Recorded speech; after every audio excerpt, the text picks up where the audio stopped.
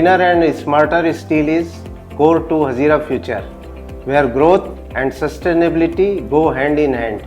We have already produced over 1 million ton of certified green steel with controlled emission of approximately 2.2 ton of CO2 per ton of steel and green steel certification rating of 3 and 4 stars.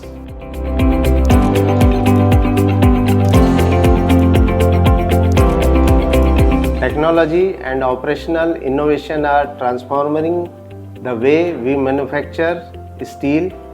Our operations are increasingly driven by artificial intelligence, data analytics, and a strong focus on quality and process excellence. Together, these initiatives help us produce more with fewer resources while enhancing the quality, consistency, and productivity across the operations.